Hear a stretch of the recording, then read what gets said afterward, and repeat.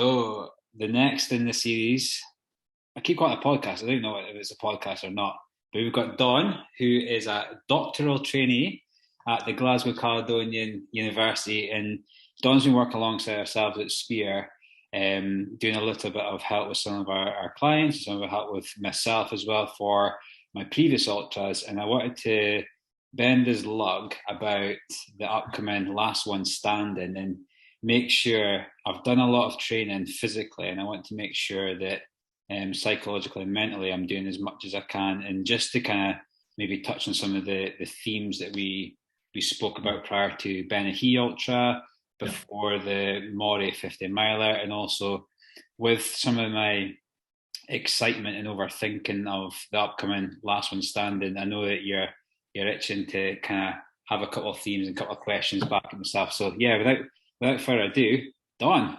welcome.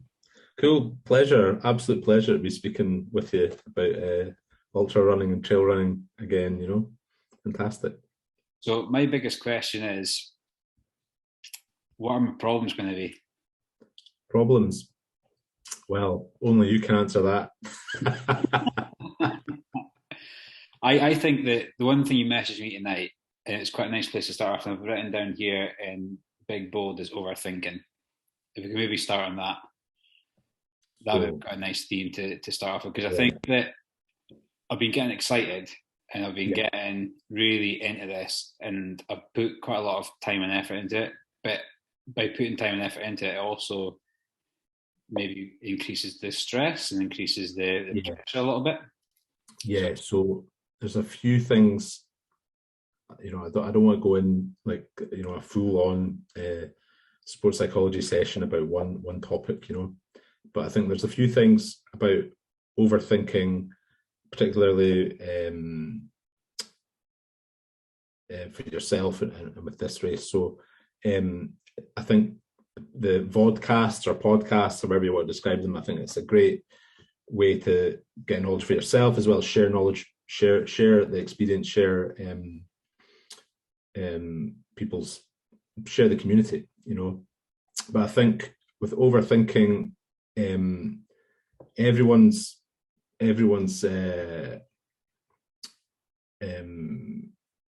won't say tolerance, but everyone some people would say, again, all tongue-tied already, just trying to process. I do the staring into the distance while I process. So what I want to say, roll the chin as well if you need to. Because you're a trainee after all, that's it. I need the long pointy beard. So yeah, overthinking. What I'm trying to say is, one person's preparing level of preparation, maybe someone else might think that that's too much. That's overthinking for them. Yeah. Some people love it. Some people love all the technical detail, lots and lots of detail. So that's okay. That's the first thing. For example, you might have, twice the level of technical detail for your preparation that I might have for the same race. Yeah. But that's just our style, who we are, and that's okay. Either end of the spectrum is fine, as long as it suits you as a person. In saying that, came across that at Saltaire, because I used that as like a dummy run, and I obviously videoed my kit, videoed laying out, mainly for me to go through my head. If I need something, I know that I've got it. And the amount of people that come up and said, "Oh my God, what preparation, what amount of kit?" And I'm thinking, oh God, maybe it is amount, but I get that point you made there, is that one person's level of preparation is completely different from the next, and there's no right or wrong. Exactly. I mean, exactly, well put. There's no right or wrong. If that's what excites you, I'm just thinking about the last ultra that I did, and I got quite excited when I was breaking down the data for right, I'm going to have this in my drop bag at this point, and it's going to be dark at that stage, so that means I need this at that, and going through all that level of detail, that part of it was exciting for me, so everyone's different. I would say one of the issues that a lot of technical detail preparation may bring, I have to put all these caveat words in, may bring is when you prepare so much that it becomes negative, when it becomes, you know, almost rigid thinking. So, you know, rather than this laissez-faire attitude, it's more like, right, I've got all this stuff, and you know, in the first kilometer, this is going to happen. In the second kilometer, this must happen, and I've got this for the. And then if that doesn't go to plan, oh my goodness. Yeah, I totally get that, and it's like at the 12-hour ultra, said to my dad, like slush puppy at the next stop. So I'll be 4 miles away, 4 miles back, and I was thinking about the slush puppy the whole way to to Achnagat and back. And I got back, I was like, oh, my dad's not here. He must be getting the slush puppy. So I hung about, and next thing he's bounding over the car park. He was listening to football scores and completely forgot. But you know what? It was quite nice to have that, because he'd literally worked so hard that day, helped me out, and he was wanting to listen to football scores, and that was fine. But I totally get your point. It's like when it becomes so rigid that if it doesn't go your way, are you going to flip and lose the plot? And is that a negative thing, or is it okay, that's happened? What do we do? We don't need the slush puppies now. We'll get it on the next one. Yeah, exactly. If you can be, flexibility, psychological flexibility. That, you know, that's the phrase. As long as you can still be flexible, then, you know, you can have whatever level of detailed preparation that you know is your nature. Fine, fantastic, but be flexible with it. You know, you know, I was listening to your talk with David Scott as well, you know, and his preparation for the TWAT backyard ultra, you know, the number of t-shirts, and, you know, preparing for if it was wet and all that sort of stuff. Great, you know, fantastic. But with that was the flexibility. Okay, well, if it's going to be sunny, I don't need to change it, and that's cool. You know, I don't have to use 20 t-shirts, you know. So just being flexible with it, as you say about, you know, what happened on the Fort Martin one with your dad, you know, it didn't put you out. No. You know, initially you have the initial thought, but then, you know, you come back into control, and okay, you know what, that's cool. You know, we're all human. You know, it's all like that initial thought. Right, it's done. Let's move on. Back to it, here and now. Focus, be flexible, that sort of thing. So I think also with flexibility, it helps you put your attention on the things that matter. So like you said with your dad, okay, at the initial, like, where's that slush puppy? Oh, it's not there. Okay, well, back into the race, you know, back into my attention's focused on the things that matter. I'm going to, you know, I don't know, get my jelly babies, whatever it is, and I'm going to be ready to go back out again. So I'm focused on the right things. And then also, I think, I don't know how much we can say about working together previously. I'll leave that for you to decide. For you to chat about anything about myself. Yeah. So it's just that the control, you know, technical detailed preparation may point towards wanting to control almost everything, but of course you can't control everything. So again, that comes with flexibility, psychological flexibility. What can I control? I can control, you know, the amount of jelly babies I take to a race, you know, as a metaphor. But I can't control the weather. I can't control, you know, the rutted track, you know, at mile 5 or whatever. So that happens. It's out with your control. No problem. You know, I think we worked together, and you created we had you create like a problem list, and a kind of, if this happens, then, you know, this is how we'll address it. You know, so if I can't reach into my bag, you know, then don't worry, you know, because, you know, you'll reach into it in the next minute or two, you know.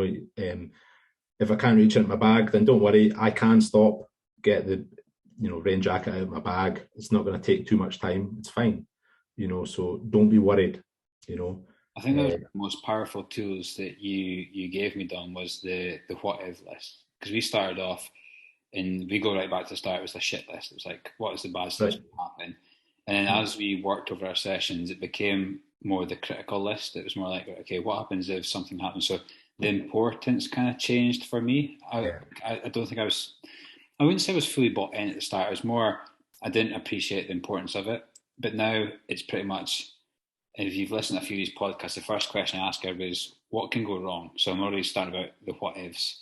And it's came up a few times. People ask the what if question: what if this happens? What if that happens? And I think you hit it on the head. It's very much a control thing. I like to, like, with the nature of my job, with the nature of my personality, it's a probably like to be have some sort of control. And if I can't be in control, I want to kind of influence the outcome. Maybe if that Yeah. is fair to say, I don't know. Yeah. Yeah. I think by going into so much detail, you're trying to take control over things that you might not have control over. Like already looking at the weather and thinking, oh, it's going to be warm, so I need to do this, that, and the next thing. But at the same time, you don't know what the weather's going to be like at that hour, at that time. So it's Yeah. kind of like, Exactly. And and you're aware of that. You're aware of that. Thoughts and thinking around control. Which is a big thing. A lot of people, I would say, professional opinion, a lot of people maybe aren't aware or don't want to face that sort of thinking. You can control as much as you can, but you have to be flexible enough to understand there's a lot out with your control. There's a lot, particularly in any ultra. Who knows what could happen? even like going back to what Dave Scott was saying yesterday about it's like a massive thing what people's perception of you. So you have like a little niggle, you don't show because then people think, oh, you're showing it, but you can't control what other people think about what you're doing. So it's like if you've got the niggle, you then take control. His way of dealing was not to show. My way would probably be much and such the same as it's not an issue until it's an issue. If that kind of makes sense. Yeah. Yeah. Different ways of dealing with things, and there's no Exactly. wrong. Exactly. And again, if you think about everyone is different out on the course. So for me, my perception of myself when I'm out in an ultra run, I'm quite insular. I'm quite not just leaving. I don't want just grumpy old man sort of approach. I remember one race. I was cramping up, and I didn't have any gels or anything. I finally asked like the 8th person who went past me for a gel, and it just came out in like a grunt because I didn't like to speak at that stage, whereas other people that I know, my perception of them is they're quite social and they would just ask and they would just help. Yeah. But then when you see them off the course, it's the other way around. They're quite quiet, quite self-contained. So as you say, perception, and you can't control that. So be yourself. I mean, again, David Scott's chat, just being yourself out there, doing your own thing.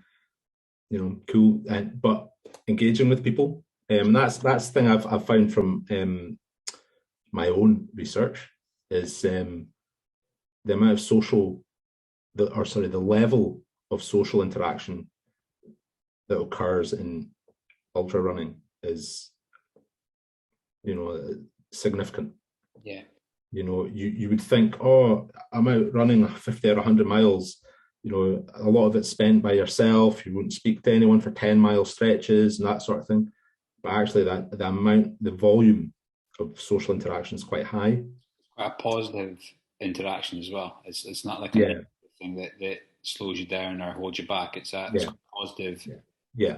The majority of it, I would say, is there's a few negative social interactions in a sense that this person just wants to speak about I'm injured, I can't go that fast, whatever, probably done it myself. And you kind of just want to close down that conversation and move on away from them. And that happens, and that's fine. Everyone's going through their own journey. but the majority are positive. You know, hey, how's it going? Oh, great! I saw you at that run. Oh, good job. You know, oh, fantastic. Tell me about your time on that race and adventure. Okay, great. Oh, how you doing? Okay, great. You want to, you know, go faster? Fantastic. I'll see you when I see you. You know, it's all that sort of stuff. But the volume of it's high. Yeah, and I think that we've had that discussion before about it's quite hard to being a physio running. Yeah. The icebreaker is always an injury, and it's nobody's fault. It's just that these are we speak about. Oh yeah, in 1984 I had a, you know, and that's probably like the worst nightmare for a physio is to talk about their work when they're running. Yeah, yeah. But then at the same time, knowing the biomechanics of the body when you're running yourself, do you tend to check in on the body more than myself or others? You know. Yeah, I think that study we did with yourself, the Ben He Ultra, you sent through a lot of flow thing, just a brief snapshot, and I looked through it, and it's quite cool because I did check in, and I think I used it as a tool to just as like an MOT or a flyby type thing, just see where I'm at, what am I feeling, what do I need to do? Do I need to change anything because I'm feeling my calves? Do I need to change anything because I'm feeling my knees? And I think I'm probably more aware of what to do if I do feel something going wrong, if that makes sense. So I'm constantly like reviewing what I feel, but I think I'm probably more attuned to things I don't fully understand. So like stomach, gut issues, fueling. I'm probably less worried about a little niggle at my calf than I am about if my stomach goes. And I think that that's just to a level of not understanding what's fully going on there. And I can see people that don't have a massive biomechanical background or a massive like body awareness, that if they do get a little niggle on their calf, that sometimes that they're reacting the same as what I would with the gut issues or the stomach issues. I do totally get that is interesting. Yeah. I can see that. You know, I think, you know, for example, I'm thinking about the 100-miler that I ran at the Moray way one, and you know, I was thinking about my back. You know, dominated my thinking. You know, at whatever stage it was, and not my nutrition, not my stomach. And then you know, you have a blip, you know, with the nutrition in your stomach, let's say, to be diplomatic, and then you move on from it. You don't even, you know, the stomach doesn't even enter your thinking sometimes. Whereas, oh, that knee, oh my goodness, oh, it dominates the sort of body checking, if you like. So yes, it's interesting to hear yourself. It's kind of like the other way around, just because of the sort of the background and the knowledge and understanding. Definitely. I think as well, you can, I mean, our job is pretty much the tool of reassurance. And you're literally using that reassurance in yourself. You're kind of going through a little checklist. Is it going to be a broken bone? Probably not. Is it going to be a meniscus? Probably not. Is it going to be a soft tissue? Yeah. I'm running 50 odd miles. It's probably going to be an overload thing. So I just need to change the load somehow. So shorten my stride or lengthen my stride or widen my stride. You know, it's like you go through this little checklist, but see if it's just something goes off, you're like, that's it.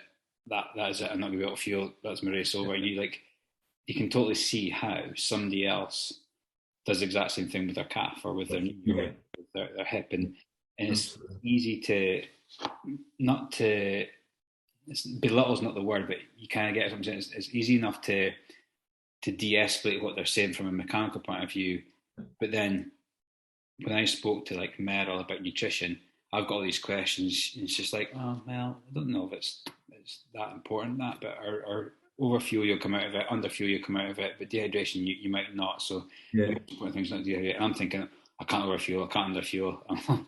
But then when she said that, I was like, well, that's the exact same way as I've approached like a physical injury. It's like, what do I need to do to change this? Well, if I've not eaten enough, eat more. If I've eaten too much, wait until I digest a bit or slow down until that's gone. So yeah, quite an interesting line of thought. Absolutely. You know, it just goes through this sort of ingrained sort of protocol, you know, and you can apply that, you know, for any sort of aspect of your run. You know, it comes back to the sort of your critical list. If this happens, then change the load, change the stride. If the stomach is like this, then keep an eye on it for a kilometre, whatever it is. Keep an eye on it this lap. You've got to come back to the fact that it's that last man standing backyard ultra, and not point to point or that sort of thing. So you would change that sort of approach to tailor it to the last man standing. If this happens, if there's a cut, if there's whatever it is, I don't know, then check in on it at the next sort of turnaround sort of thing. If such and such happens, then if you come up with your own examples, then put the rain jacket on at the turnaround, all that sort of stuff, The other tool, speaking about that, so as we flag, yeah. The other tool you mentioned about was like, or we used a lot in the Ben Ultra, was perceived exertion. So I was able to like quantify like the stomach pain I was having.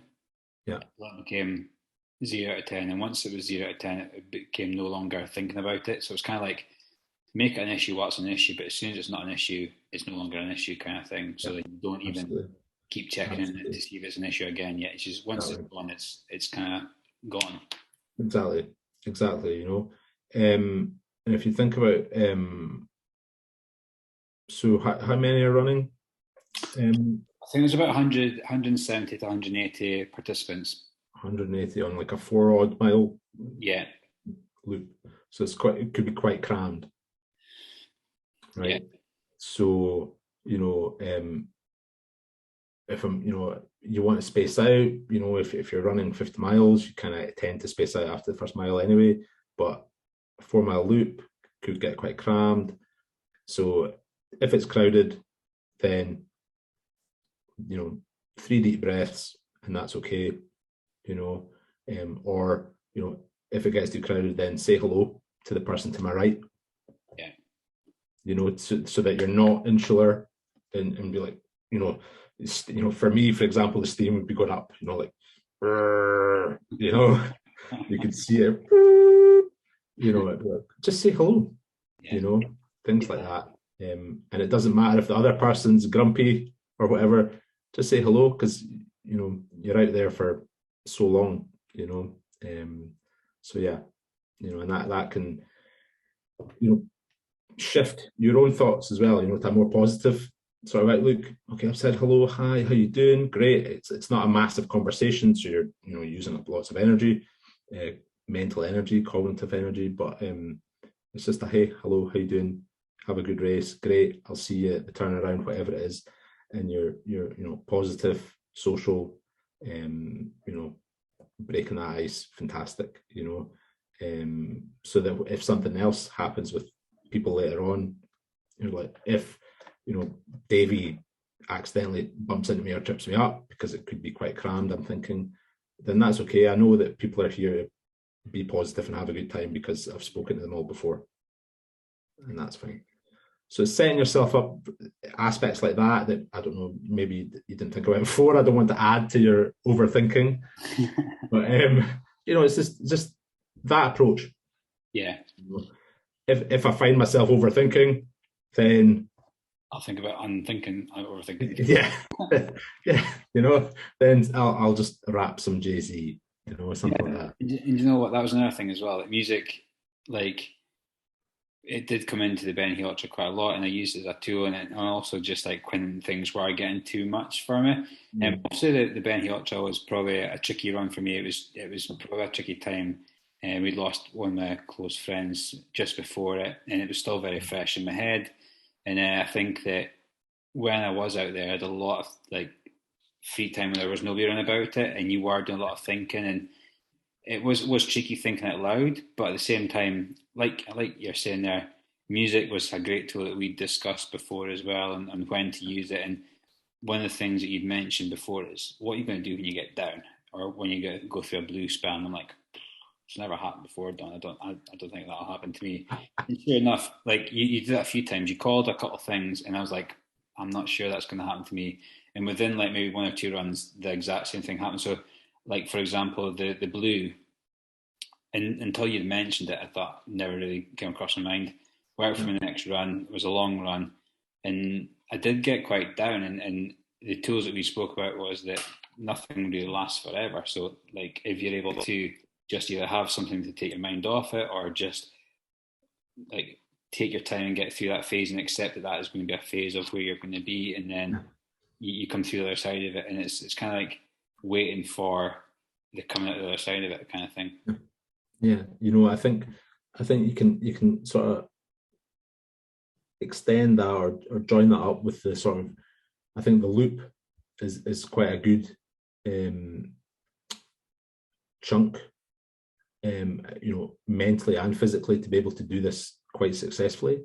So, if you're having a little niggle or your stomach, or you're having a low period, you can say to yourself, the self-talk, right, that's fine, accept that, that's fine, until the next hour starts.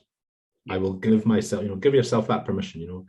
I will give myself until I get back to the base,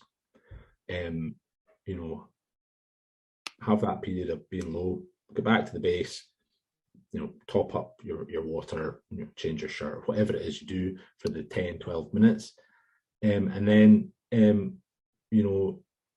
use a cue, a sort of mental cue of like, right, when I get up out of my seat, that's when I go again. That sort of whatever your mantras are this time around, I go again, let's go, I'm ready. And then you move on from the pain lap or the low lap, and you're ready to go again. I think Dave Scott had something he said, not quite a mantra, or maybe it was, there's no reason not to go out. Yeah, so that's sort of mental cue, that the mantra, right, I'm ready, let's go. I think it's quite nice as well, because like there's that mantra from Dave Scott, but also Dave Moore mentioned as well that if you have a bad lap, it is just a bad lap. Park it, put it back. You've got the ideal opportunity to go out and just have another good lap after that. And one lap doesn't affect your whole race. But also, I think it was something Chloe said as well, that try not to value your whole race based on one experience while you're in the race itself. So even if you've had a bad lap, that doesn't mean to say it's a bad race. And sometimes another thing Meryl said as well is that sometimes you don't have to feel great to be doing a good thing. And it all kind of comes together quite nicely. If you have a bad experience, that is not a reason to stop. That's not a reason to make the whole experience a bad experience. It can be such a positive experience, but you'll learn so much, and I think that the fact that it's chunked into the loops, that in itself is a good mental and physical cue. That the lap turnaround, the hour turnaround.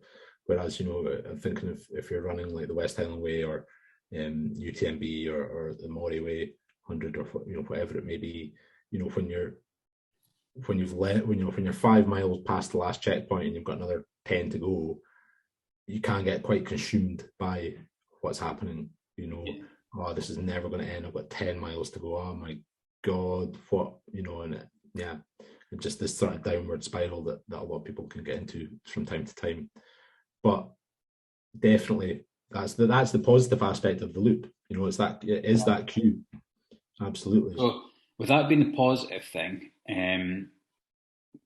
we spoke about this briefly before we came on, but like open goal thinking rather than closed distance, because it's a race that has no end. Yeah, exactly. So I was thinking about that since your first talk. Who was the first talk with? Dave and Dave, or was it Chloe, the first one? So the first one was me, myself. The second one was me and Ginny. And I think the third one was the Daves, and then it was Chloe after that. Okay, so I think I do apologise. I only tuned in from Chloe and the Daves. Well, to be fair, the first two are subscribe only. Oh, okay. There you go. Nobody was watching them, so I don't know free for all. So there will be free for all. Yeah, no problem. So yeah, so just since I started watching the chat, it did make me think, okay, yeah, the sort of open goal is much more appropriate for this sort of racing, this sort of running. I'll use those terms interchangeably. So if you think about, I was gonna do it. Here's the one I prepared earlier, but I didn't quite get around to it. I don't know if I can draw on here, can I? Now you're testing it. Let me see if I can share. That should be able to share the screen now. But there's 5 minutes left of this one here. Then we have to go in there. So maybe I'll talk about it and then we'll come back in. Yeah. So just to give you a brief, I've got all these notes, psychology notes everywhere, all over my study here, doing lots of different things. But if you think about goals, so if you think about a mountain or a triangle, whatever you want to do, I usually use a mountain as the metaphor with clients. So an outcome goal would be at the top. So if you think about a traditional sort of ultra run, 50 miles, 50k, 100 kilometers, I want to complete, standard, I want to finish 50 miles. I want to finish 100 miles. Okay, cool. Some who are faster and more experienced, maybe I want to top 10 that race. That's cool. So generally, I want to finish this race. Cool. So that's the focus of what you want to do, and is the end result that you want, right? Then the sort of next layer down would be performance goals. So it's what's going to help you get to that outcome, help you win the race, 50 miles or complete. So the performance goals, so you must have a certain level of performance. I'm trying to think of examples, always struggle with so many metaphors. So performance goal, I think it'd be easier if I came back down to the foundation level and then work back up. Yeah. So process goals would be the foundation. So the process goals, if you think about your training and what you need to do, process goals. So to complete a 50-mile race or a 100-mile race, I must, spend 6+ hours a week training, doing my training process. I must, do two strength and conditioning sessions a week. That sort of process. That sort of thing, and then they build up the foundation of your process to get to your performance goals. So you might think, right, performance goals. So when I do my, B race, that sort of thing, or test run, I want to be able to complete it in this sort of time. I want to be able to go, I want to be able to make my long run. I'm trying to think, I make my long run 4 hours and not, be an 8 of exertion. I want to be at 4 hours and be steady, be 5 or 6. So you're more sort of quantifiable at the performance level. Number and then kind of thing. Yeah. But that could put pressure. On. So the outcome can put pressure on. But if you think about performance goals, so I must do this by this point, I'm, by week 6 out of 12, I must reach this sort of level of, miles per minute, whatever it is, pace, and that could be quite a lot of pressure. The sort of fixed thing. And if you haven't, because of whatever reason in your process, you just had a baby, you've been ill, you're moving house, you're tired with work, COVID, interrupt your process, interrupt your performance. So it could be quite, as I said, it could put quite a bit of pressure on you. Yeah. Sometimes. A lot of athletes go through that. So just being aware of that. And then of course you can think, okay, well, if my performance isn't reaching that, then God, how am I gonna finish this 50 miler? But we can change that pyramid for this sort of open-ended run, you can use open goals and running for a 50 miler anyway at the sort of performance level. But if you think about, I'm keeping an eye on the clock here as well. Do you see it in the top corner? Yeah, I see it in the middle. Yeah. But if you think about open goals, so I'm going to do a process. I could check in from time to time that I'm on track or I'm there or thereabouts.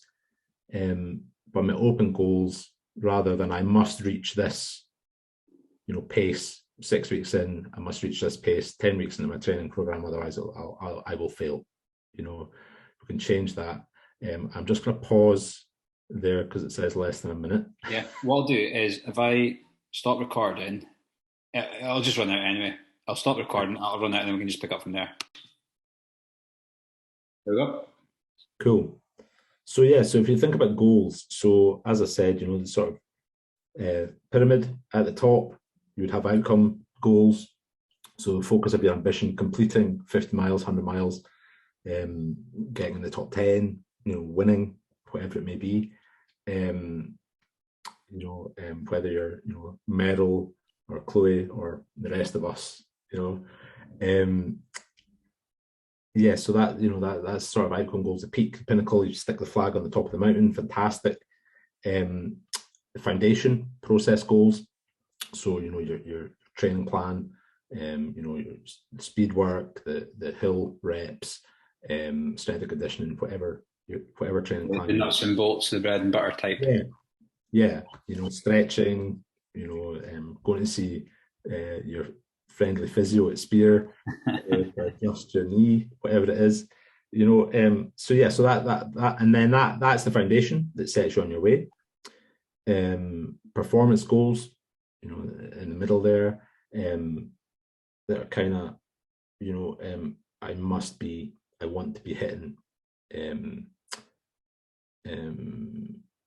so does that mean like time for like a distance, like 10K in 40 minutes? Yeah, or I want to be running my 4-hour run, with covering less exercise distance, or less exertion than I did previously, that sort of thing. And then I'm performing well, that all that sort of stuff. So you're on your pathway to the top of the mountain. But with the sort of performance goals, it can become rigid. So a lot of people think that I measure it with a metric, and then that adds pressure, and it's like the thinking becomes I must achieve this to do, my outcome. I need to do this, if I don't do this, it'll prove such and such to myself, depending on what their sort of cognitions are. I guess I feel that a wee bit with the 100 miles, because there's a pressure on the 100 miles, even though it's not a 100-mile race. Yeah. There's a pressure on achieving the 100 miles. And of course, everyone asks, what's the goal for the event? And the knee-jerk reaction is, I want to run 100 miles. Yeah. And it can either be a positive response in that, oh, that's really good, or it can be a negative in that, but then you're setting yourself a boundary or a barrier. So is it good to have that kind of goal? I think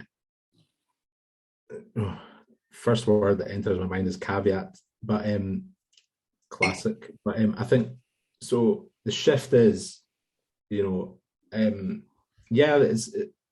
no problem. Why not? Okay, get 100 miles, great. But again, just like the sort of critical list and overthinking, as long as you don't become too rigid with it, maintain that flexibility. Because if you, the formal way to say is shift it, you can shift it to more sort of open goal. So open goals. So the way I describe it to any sort of running athlete, actually, track and field or trail, it's kind of, rather than say I'm going to win 50-mile race or 10,000 meters, I wonder how far I can go. So I'm tailoring it to the open goal to specifically a sort of open-ended backyard ultra. I wonder how far I can go. Then your thinking becomes very, very different. So I wonder how far I can go. I wonder how long it'll take me to get there, rather than, I must, I think about 100 miler, I must do 100 miles and I must do it within 28 hours or else sort of thinking, um, that very can lead to quite negative sort of thinking. So the open goal at performance level. So I wonder, what sort of time I can get, rather than I must get this time. And then particularly for the backyard ultra, it's interesting. It just made me think that the open goal could be moved up to the outcome as well. So I wonder how far I can go. 100, if you think about it, 100 miles, yes. I wonder, and then you can adapt it. I wonder how much further I can go. So it opens it up a little bit more. So if I'm understanding that, it'd be the goal can be, I wonder how far I can go with, because do you have to have a target in your mind, or no? Not really. It can just be, I wonder how far I go, because I've said to myself that a certain distance or less than a certain distance is not like a positive outcome, and that's probably not the best thing to be going in there thinking. Exactly. If you think that type of thinking, you tell me. So that type of thinking, did you feel any pressure on yourself when you had that type of thinking? Yeah. Like I say, anything less than like my longest run before is not a good outcome. And then that is still like, I mean, then you put pressure on yourself to go farther than you ever ran before. Yeah. So you already could have a great day, great experience, meet some great people, fall short of your longest run before, and then you say it's a bad outcome because you didn't hit that certain number. So therefore, none of the good people you've met, none of the good experience you had in the trail, none of the good views you've had counts for anything, because you've classed it as a negative outcome. Yeah, I mean, obviously, all things being equal, so you've had, you've followed a good process, you've done the work essentially at the sort of process level, you've done the training, to allow you to wonder, to allow you to think, I wonder how far I can go. Yeah. Obviously, it's not a get out clause at all. That's not what I mean. It's not like, oh, well, I could just do a week's training and I wonder how far I can go. Yeah. Like, no.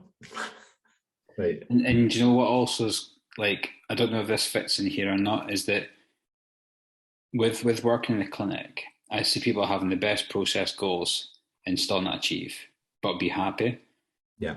Because I don't think the sport owes us anything, as in, by just putting your process goals together and just doing the hard work doesn't just allow you to run 100 miles, 200 miles, 300 miles. It's still, on that day you could trip over a rock, hurt yourself. On that day it could be really, really roasting hot and you'll be dehydrated. On that day you could get a stomach bug, or the 2 days before you could catch COVID and you're not able to do anything. So rather than take away from the whole experience, you're not owed anything by just saying, I want to run 100 miles. Yeah. So I think that what you said there, Don, was quite a light bulb moment for me there, is that I've done the work to allow myself to wonder how far I can go. And I quite like that kind of phrase, is I've earned the right to allow myself to question how far I can go, rather than I need to go such and such a distance. It's a shift from, so I'm glad that you answered that question as well. When you thought about the performance goals quite rigidly, you did feel pressure even when you recollected it there. But this, I like the way that you're piecing it together now as well. So I've done the hard work. I've done hard work, the process. And then we're sort of bringing the open goals in at performance level, but particularly tailoring it to backyard ultra. You can move that up to the outcome goals as well. Excuse me. I wonder how far I can go. 100 miles, yes, but I wonder how much further. And what I've found when I get some athletes to sort of shift this thinking when they've felt pressure is You know, it's that sense of wonderment. You know, like remember when you're a kid and you think, you know, there's a playing field. You know, I'm just going to run. I wonder how fast I can get to the other side of the playing field. You know, Yeah. it's that. It's that. I like that as well. Yeah. You know, that sense of joy and wonderment, bringing that back, you know, a little bit more, and just sort of showing the sort of, you know, a lot of that, you know, pressure and anxiety is never going to go to zero, you know, but you know, if you shift that thinking, that style of thinking to the sort of more open sort of side of things, when you feel that pressure, when you feel that anxiety, when you feel that irritation, you know. Would that work again, like to within the race itself? Like, for example, like a lot of people speak about the average time of a lap needs to be a certain amount, and you need to kind of make sure you're ready to go again. And Dave Scott mentioned there's no reason why I can't run again. And then would the thinking then be is after you finish lap 4, you'd be saying, I've actually allowed myself to wonder if I can finish lap 5. And then once lap 5 is done, I have allowed myself to wonder if I can finish lap 6 and so on and so forth. Or is that too shortened goals then? So that is a very good question. My initial reaction was, I think that's maybe bringing it too close in and too short. Yeah. But at the same time, if it works for you, hey, why not? Yeah. You know? I think maybe chunking it out, you know, I'm just trying to think professional and personal experience as well, blending that at the same time. I think maybe it's more about chunking it into 6 hours or laps, slightly bigger chunks. Yeah. Then every lap you've got enough going on. Every lap. So if you think about the stuff we've spoken about tonight, okay, I'm overcoming, you know, I dropped my water bottle halfway around. That's okay. I'm going to get another one. I'm going to go through my mental cues to, you know, reset myself and come back to the start line for the next hour. Fine. But then after every, I don't know, 4 laps, maybe, okay, 4 laps down, I wonder how good I will feel in the next 4 laps, or you know, whatever it is that makes sense to you, you know. But hey, if it is every lap, it's every lap, you know. I'm not going to say no. No, it's quite a personal thing. So I wonder if you just water down the effectiveness of the tool then by doing it too often. Yeah, I think you could. I think you could. I think it's more about pushing up, so more towards, but for this type of run, the loop, open-ended run, I think it's more about pushing it upwards towards the outcome. Yeah. Okay. Appreciate that. Yeah, I think it's more about that. It's 100 miles, yes, but I wonder how much further. You know, or simply just, I wonder how far I can go here. Great, let's go for it. So yeah. No, I really like that actually. Allow yourself to wonder. I quite like that as a mantra. Yeah. Because I think that nothing's set in stone, and I think that if it was, we're not entitled to just get 100 miles. We're not entitled to even get 50 miles. We're not entitled to anything. We've got to allow ourselves the freedom to explore how far we can actually go and keep going. Yeah. You know, so yeah, you know, so yeah, just bring that wonderment, sense of joy back, you know,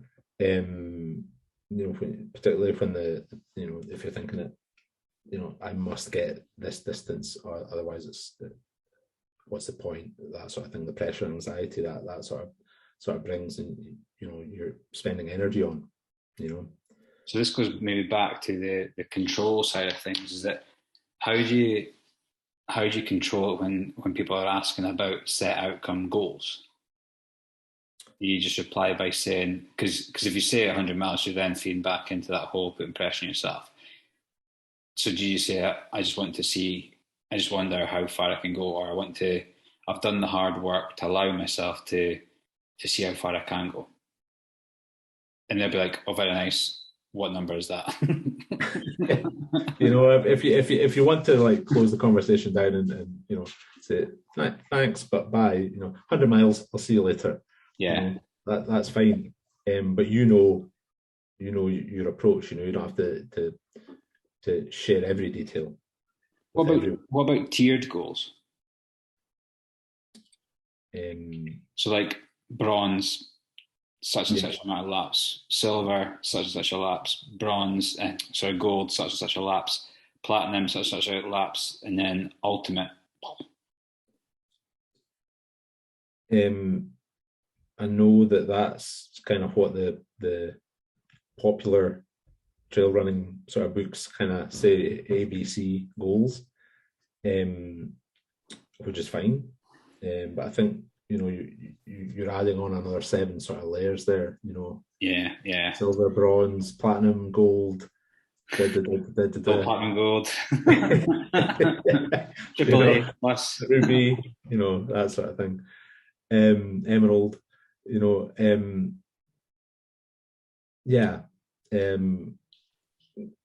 try it if it floats your boat, you know. We've always spoke about plan A, and if plan A is not working, then plan B is no different from plan A. It's just a different way of getting to plan A. But plan B is like the drop down distance, and then plan C would be the drop down distance again. So having that stages in, does it give you like? I always remember a conversation I had with Tom Brown way before, and he said that if you say a certain distance, you give yourself a way out, and in a race like this, you don't want a way out. So if you get to your bronze goal and you think actually bronze might be just good enough today because I'm having a wee bit of a tough time just now, and then you come out. It's just in that moment. It's just in that lap or 2 laps. Yeah. You know?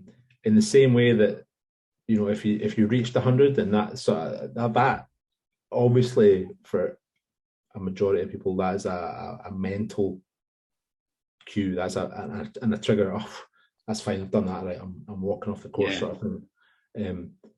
So that's what I mean when I say, you know, yes, 100 outcome goal, big flag. I wonder how much further. Yeah, there has to be that. Yes, 100, full stop. Right. It's like, yes, 100, but I wonder. Make 100 a comma rather than a full stop itself. Kind of like, okay, where do we go after that? It's not the end. Yeah, you know. No, I quite like that as well.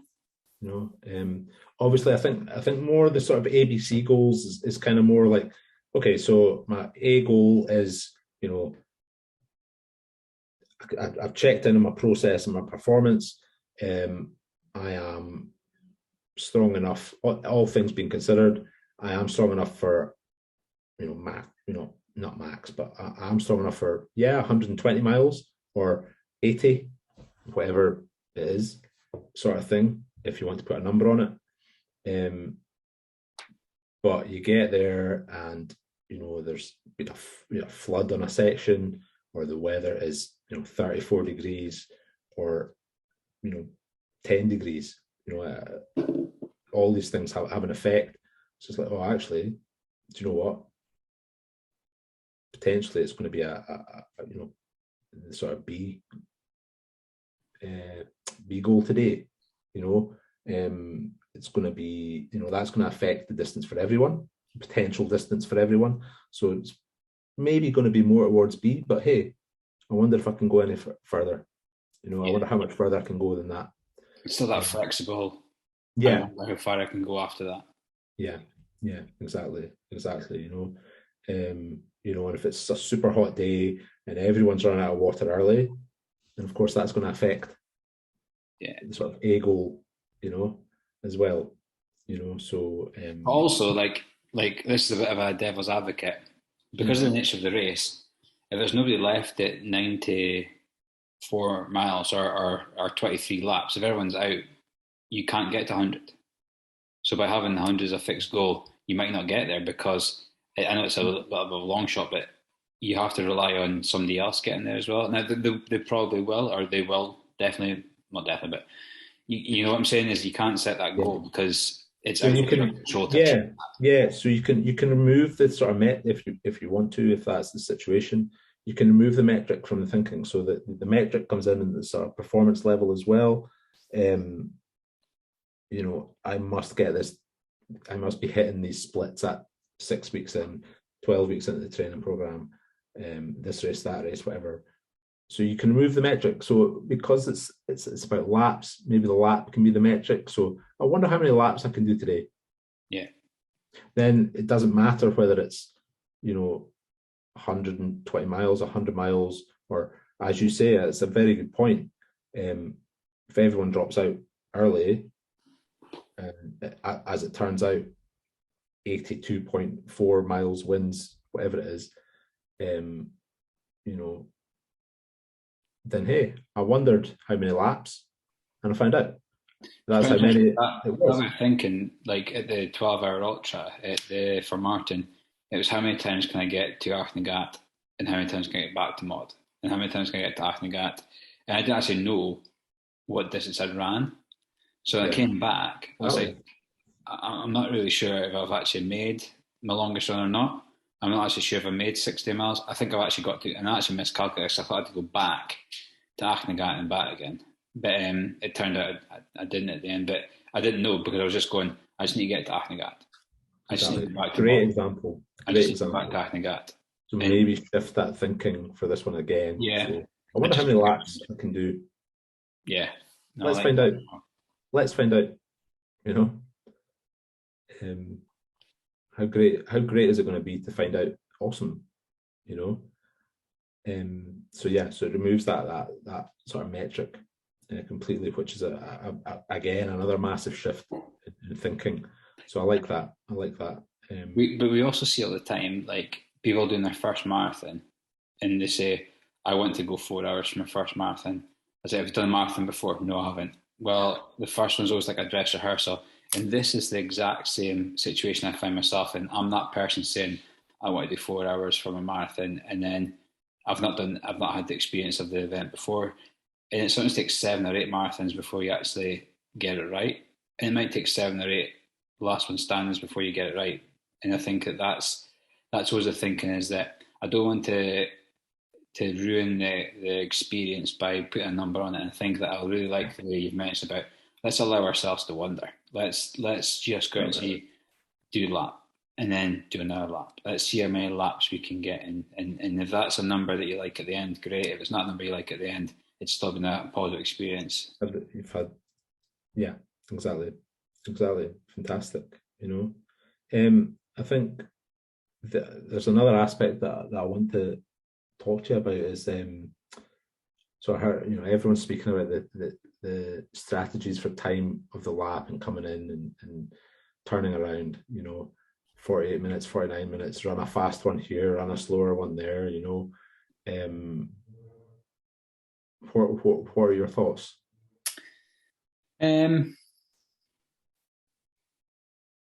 I just don't know. I don't think I'm too fussed about running fast. I think I'd rather be closer to, when you look across the board, the experienced people do it completely different.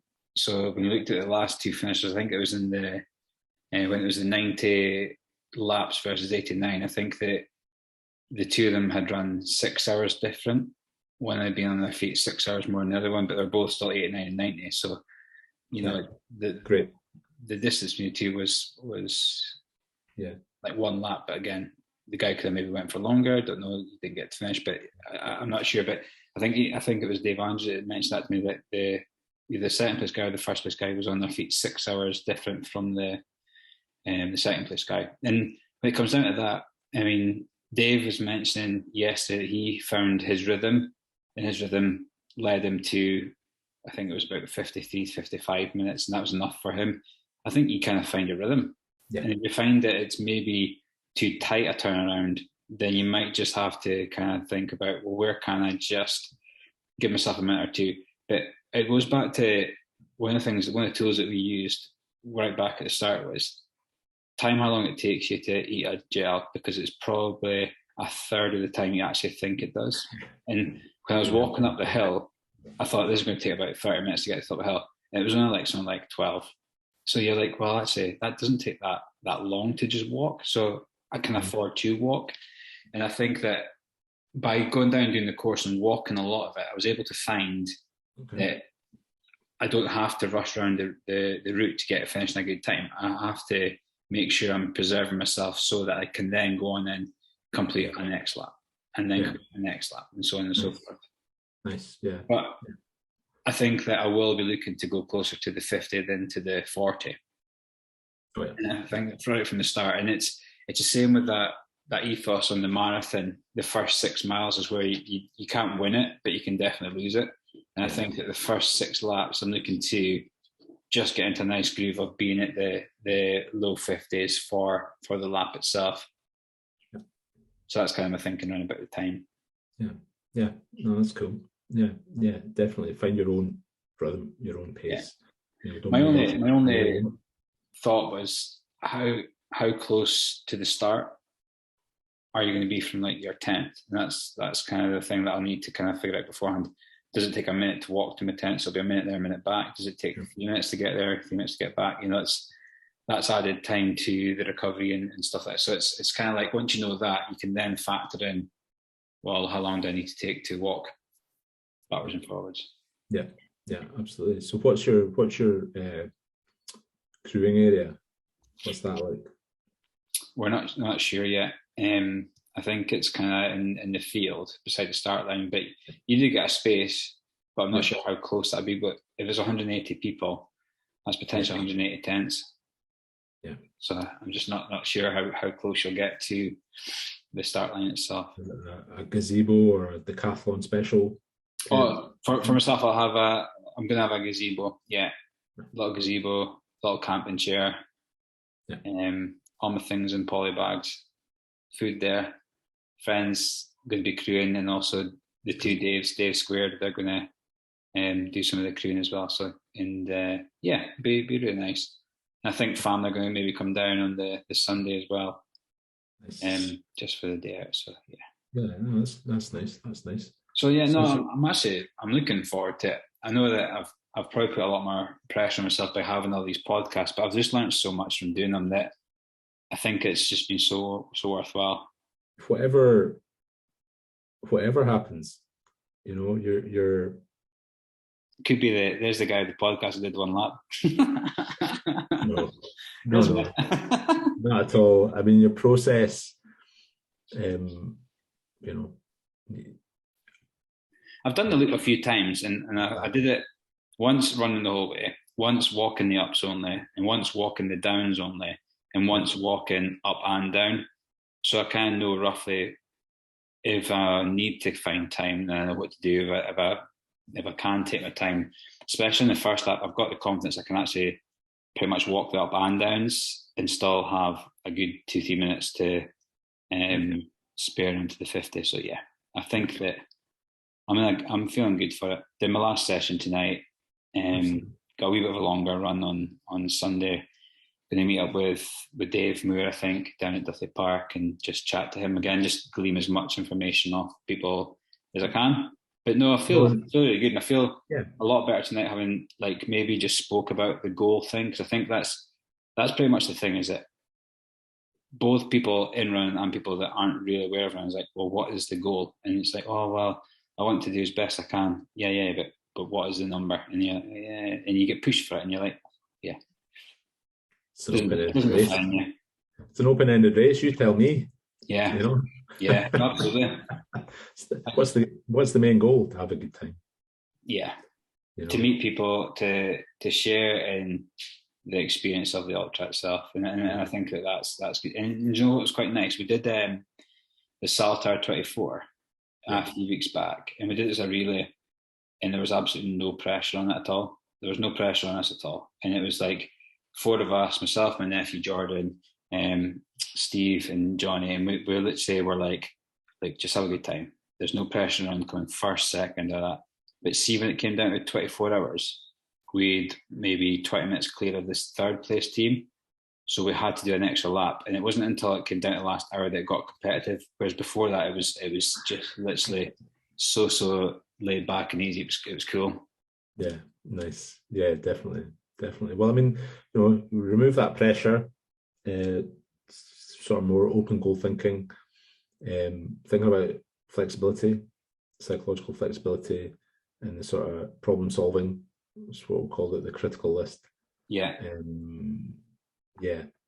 Your process is solid. We all know that.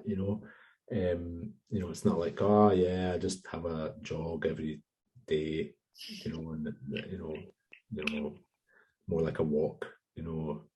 For 2 weeks, and then I'll just go out and smash an ultra. It's not that. Bit more to it than that. So yeah, it's a solid process. All things being equal, think about the performance goals and the sort of outcome goal more towards that sort of open side of things. That would be a suggestion. Yeah. Yeah. And from all these chats and information you have, take what you need from it, package it up the way you need to, and kind of leave the rest. Yeah. And there's little snippets in every single one of them that I thought, yeah, that makes a huge difference. And there's bits I thought, yeah, maybe not for me. Like I do listen to music. I do use music. I'm not a great chatter, so like that's already for me. That's like, oh god, I do like listening to music. I don't want to then come across thinking I'm struggling because I'm listening to music, and like in my head I'm thinking, oh well, I'll do this something different. But there's no right or wrong. Yeah, it's just what you feel you need to do at the time. And I mean, if it were two me and you, or two of me running alongside each other, it'd be like, you got a gel, no, back and forth, be horrendous, be absolutely horrendous. I'll sell you. It's like, gosh, I just want this lap to end, please. Well done. I'll round up there. Thank you very much. And what I'll do is I'll hit pause and we can just catch up off air if that's okay to do. But thank you very much for all your time and your wisdom again. It's just so helpful, and I hope it helps a lot of people out there. I don't know, are you still looking for people to work with, or is that? Yeah. So if you're interested in reaching out to Don, I know his email is Don Vasey, a number, but what if you can read out your email address, Don, so best to get in contact with you? You can contact me through my email, which is dvasey, that's VASEY 200 at caledonian.ac.uk. Perfect. And I've been working with Don, or did a lot of work with Don before the 50 miler, and it was probably one of the most influential tools that I picked up just before that 50 mile race. So yeah, not just one tool, but like a plethora of tools to use at the day, and each and every one of them come into use at different times during the run itself. So I can't thank Don enough. Thank you very much, Don. Pleasure.